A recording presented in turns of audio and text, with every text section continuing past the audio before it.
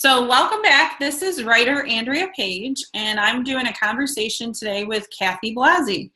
Kathy and I started our writing journey together, actually in a Barnes & Noble coffee shop.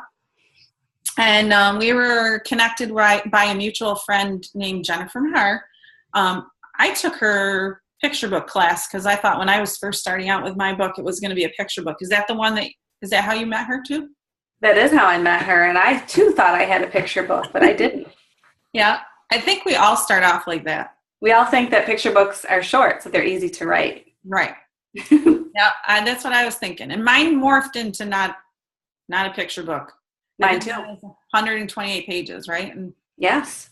Yeah. So that's how we got started as writing buddies, and now we're good friends too on top of it. So that's pretty exciting. A benefit of becoming a writer.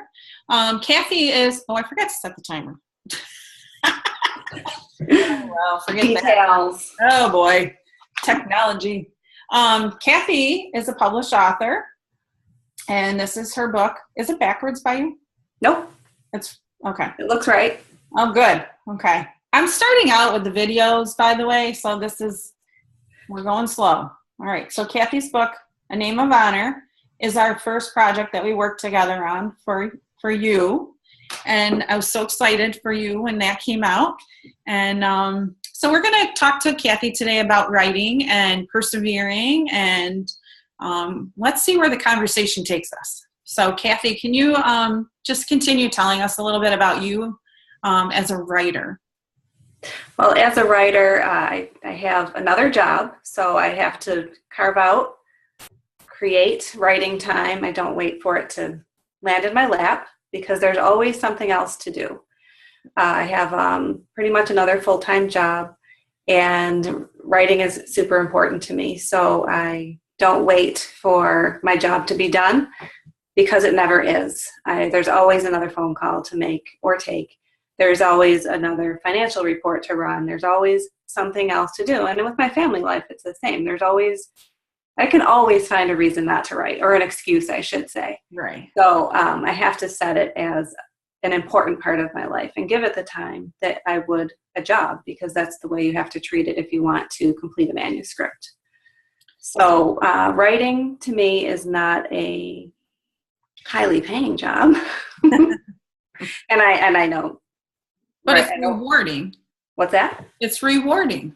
It's rewarding in another way. Right. So, which is exactly my point. I write because I love to write, and I will not lie and say that I don't want to be published, because that is the end for me.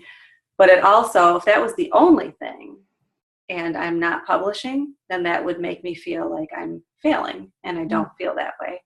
I feel success in sitting down to write and making the time. I'm not saying find the time. Making the time to write is where the success comes in.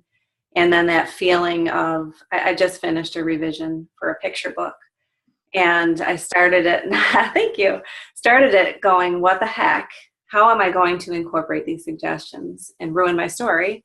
Because I was being all arrogant about it, but realizing that the person who was giving me the feedback knew what she was talking about. So I love the revision process. The first draft is not my favorite thing. Coming up with an idea is fun because you think, oh, here we go. And then I get stuck, usually in the middle. So when I have a completed manuscript, it feels really good. And when I make it even better, that's the most fun part of writing for me. And that's where I think the important part is when you get your writing friends together. I mean, you and I have been through a lot of different critique groups with people coming and going, and 3 people, 5 people, 4 people. And I think that you need people to help you move forward and give you help with, figuring out how to make this great idea really, really well written so that it can get published eventually. Absolutely. This is not a solitary pursuit. I think some people, they work that way, but honestly, I don't know any. And do you know any who do this without themselves, relying on the opinions or the feedback of others? I don't. Yeah. It's also for the support too, the feedback and the support. Right.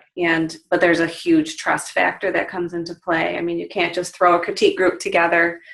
You're really, even when you're writing fiction, there's so much of you in every story. It's very personal. It is a personal journey. I think especially too, the first one. I know with your first book, that was a very personal journey, and my book that's coming out is a very personal journey. But don't you think all of them, all the projects are? I do. Passion when you're writing about whatever the topic is. Yes, because you become, well, if you're writing historical fiction, like you and I have written family stories, so obviously those are personal.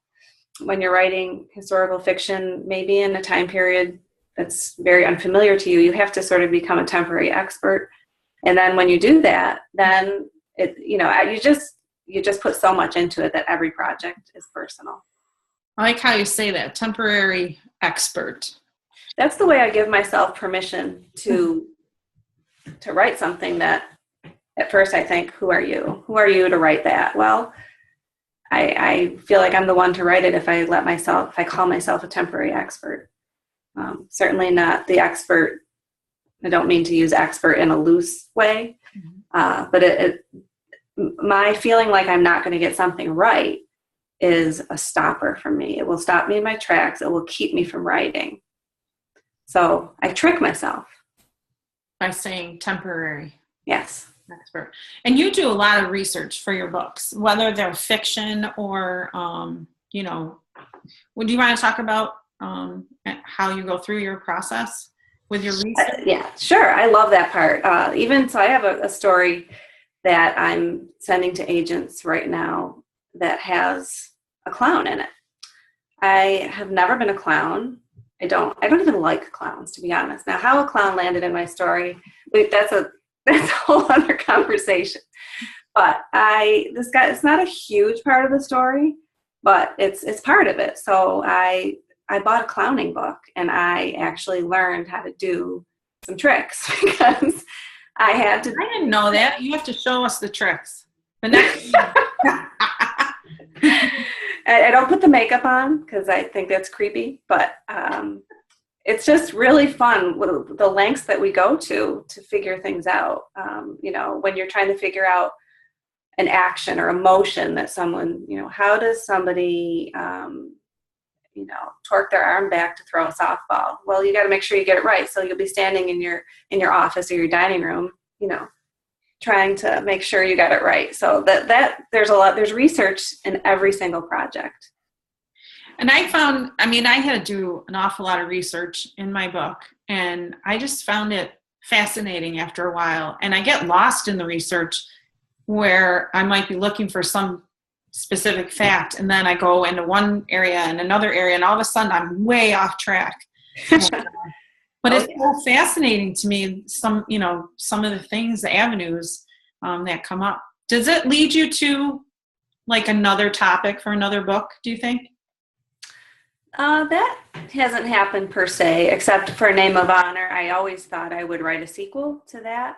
Oh, cool. Based on the Italian immigrant experience in America, where the half of that story takes place in Sicily and not even half takes place in America. And the journey, the book ends with their life beginning in another place. And I always thought it would be cool because I did so much research. I talked about clown research. Well, that was nothing compared to the research I did for A Name of Honor. And because you've done historical research too. Mm-hmm. So it's fun. It's really fun, but it's also, it can be overwhelming, as you say, and you can get off track. But I always thought, because, to get the most bang for my research buck, I should write a sequel to A Name of Honor. It came out so long ago, I have a whole new set of readers. Yeah. I know my class loves it. When I excuse me, I had a cough.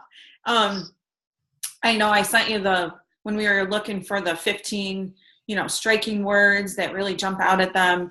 And what we learn about the characters and things. I know the kids, and I teach 6th grade, and I know this book is written at a 4th or 5th grade curriculum, area is better fit, but they love hearing the characters come alive. I just wanted to show some of the illustrations in your book too, because it's so beautiful. They are beautiful. And I'm so relieved that I don't have to be an illustrator, because that's, I was thrilled with the illustrations in that book. She did a beautiful job. Yeah. Beautiful job.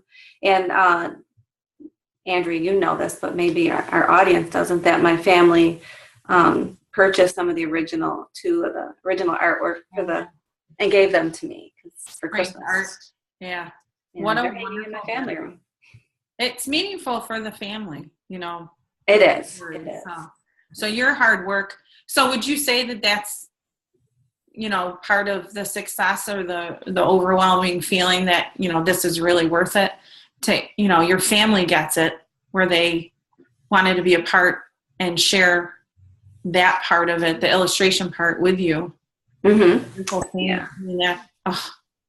Well, the one illustration that happens to be my favorite is the one of the main character and her older brother. Oh. And it's a very poignant moment. And I have lots of brothers, and I'm very close. The one that I had in mind, when I see that illustration, which I had nothing to do with. I mean, I wrote the words and she picked what she wanted to depict in that chapter. But it says so much about their relationship. Isn't that the brother who thought to get my brother who thought to get the a little earlier, when, I don't want to give too much away, but there's a really sad thing that happens, and I don't have a copy in front of me. I can tell you which page. I know, I'm sorry, I'm flipping. Probably the third chapter, though. Third chapter? Is it this? No, not that one. Yeah, that's it. Is it? That's the one. Yep. Look at the look on her face, and look at how he's looking at her. Oh. And I do feel that relationship is that's family right there. Yeah. Yeah. So cool. So your book that is historical fiction, and you said that you have a clown story. Is that a picture book? That is not a picture book. That is my middle grade, really not a clown story, although it's still sorry. It's a folder on my computer called Clown. I can't stand that. But here's the thing, Andrea, that story started out as a story about a clown, right? A picture book about a clown. Mm-hmm. That story's not about a clown. It's now about a little boy whose best friend across the street moves away, and a guy moves in, and he looks mean, and he seems really grouchy, and he's got a secret, and then we find out what the secret is, and he is a clown at heart, and he used to be one, but he didn't think he could be one anymore, because if he thinks if he failed or he's not happy, how could he be a clown when he really can? So that's actually not a huge part. The friendship between the children is the bigger part of that story. But that started out as a story about a clown. And did I mention I don't even like clowns? Yeah, you did. Okay. I don't think kids today like clowns either. Have you ever heard anybody say I love clowns? Well, I used to like clowns when they did. I used to like clowns. We're always creeped out by okay. But anyway, so I think there are a lot of kids that are more in line with your thinking today. Yeah. But you know, when you talk about your story, you're really delving into the character. And so what are your feelings about writing stories and being character driven? Yeah, I know there's schools of thought on that. Are stories plot driven or character driven? And it's just a delicate balance. But for me as a writer, my stories begin with character. They're more about a person than about something that happened. And it's usually about, I was thinking about this the other day. What is the common thing in all of my stories? I've written 10 completed manuscripts. And they all are about human connection. If I had to say what is the common thread, it's human connection. So I'm definitely a character-driven writer, and I like to read stories that are, I don't go for the high action. Now, if there's high action and there's great character development, I'm right there. But I go for the stories that are, we see more of the inner character of a journey, or inner journey of a character. I said that backwards. But that's gonna grab the heart of the reader, though, too. That's that human connection that the kids can relate to when they're reading that kind of a story. Right. Yes. Yep. Yeah. Very cool. I know I gave you a whole list of questions. Is there anything else that you wanted to share about, yourself as a writer? I am looking at your list. Okay. So what is the best compliment you received about your writing? Well, there's two things that are there where it doesn't get any better than. And one is when someone says, when I read your story, I saw a movie in my head. Oh, yeah. We say that to the kids in school, like, this is what you're supposed to be doing when you're reading. And if someone sees a movie, that means you've done your job as a writer. Yeah. Because you don't, if your reader's not grounded in the story, then they're just, they're going to be doing a bird walk while they're reading your story. Mm-hmm. So that means that you did your job. The other compliment is if someone says your story made me laugh or made me cry. Mm-hmm. I read aloud the one I mentioned about the clown. The story is called Game Changer, the one about the friendship. And there's a little girl with CP, cerebral palsy, in the story. It's based on someone I know. So I wanted to read aloud my completed manuscript to her because I wanted to make sure I got that right. Here we go with research again. And I wanted to honor her by making sure that I stepped into her shoes fairly and appropriately. Mm-hmm. So I read it to her, and she laughed in all the right places, and she cried in all the right places. Oh. And, I don't like making people cry, but when they read my stories and they cry, that's good because it means they connected to the story. Yeah. So those are the compliments. I saw a movie and I felt something when I read. That's a good research technique too, to read it out loud and see an authentic reaction. And it's kind of scary too. It is very scary, I'm sure. Yeah. I don't know what it's like to have CP. But just like I don't know what it's like to be a 9-year-old boy in Boston in 1797, which is another one of my stories. You just have to get, I'm not that person, but I have to honor who that person is by doing my homework. And that reading aloud was great for me to do with my cousin because I made some changes based on reading it to her. Oh, good. Yeah. Very good. So you have quite a body of work that covers, Italian immigration and, disabilities, and something in 1797, you said, a little boy. Yeah.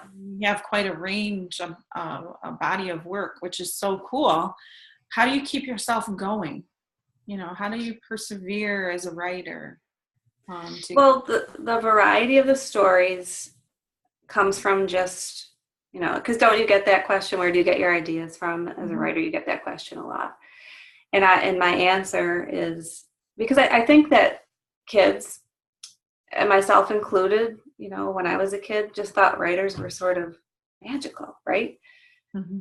But you just pay attention. You just pay attention to the world around you, and the stories are right there. You just have to be observant. In terms of persevering, it's not easy. It's not easy. There's a lot of rejection. You open yourself up when you write your stories, but then it's a whole other level when you submit your stories to someone else who is running some kind of litmus test that you don't know what it is. Is my work good enough to be published? You send it to editors and agents, and you get rejected, or your work gets rejected. But it feels like you are getting rejected. It feels very personal. Personal, yeah. You're passionate about it. So that was very much harder for me in the beginning than it is now. Mm-hmm. Now my strategy is, when I get a rejection, I send out another query. Awesome. If I get feedback on that rejection and it's helpful, I pause and I revise and I send it out again. It's very empowering to send out your work when someone rejects it. It's showing yourself that you still believe in your work and that you're not basing your opinion of your work on someone else's opinion of it. That's awesome. Even my writing friends keep me going because we're all in the same boat. Mm-hmm. We've all been there. Yeah. And, we all work hard. Mm-hmm. And we've all dealt with rejection and disappointment and getting close, and then nothing happens. Or Yeah. I think I'm there. I think I'm working with an agent. Oh, guess what? I'm not anymore. So, yeah. Yeah, and we're all here to encourage each other. And I know you and I are in a, bigger writing group in our area that it's nice to be a part of that too, because you have, some pretty big published authors that, they're there to share in our encouragement, and They're so generous, aren't they? and giving good advice. And you just have to, I think you have to be open too to kind of move around the hurt feelings. And Absolutely. I like how you said, I take a moment to pause, because I think we have to do that. And then you have to open yourself up to listening to other ideas on which way to go next. There's one really big part of being a writer is the vulnerability. Mm-hmm. And I'm big on I think about this a lot, because we're writers because we are feeling people. Okay. We can put feelings and thoughts on the page, and you can't do that unless you're kind of a vulnerable person and an open person. But that also is a double-edged sword, because we are that way. When the rejection comes in, it hurts. It really does. But so it's just, you kind of have to take the good with the bad. You have to be an open, vulnerable person to be a writer. But that, you have to also feel things that don't feel so good sometimes. And have that strategy of just get back on the horse and try it again. You have your next one ready to go. Yeah. You can't let other people determine what you do as a writer. Yeah. You just can't. Yeah. Well, stop. Yeah. Well, I've enjoyed our conversation. Do you have any, last words of wisdom that you want to leave our audience with? Anybody who's an aspiring writer, or, a writer that, is kind of like us. We have something published, but now we have to keep going. Mm-hmm. Well, I wish I could say I made this up, but I didn't.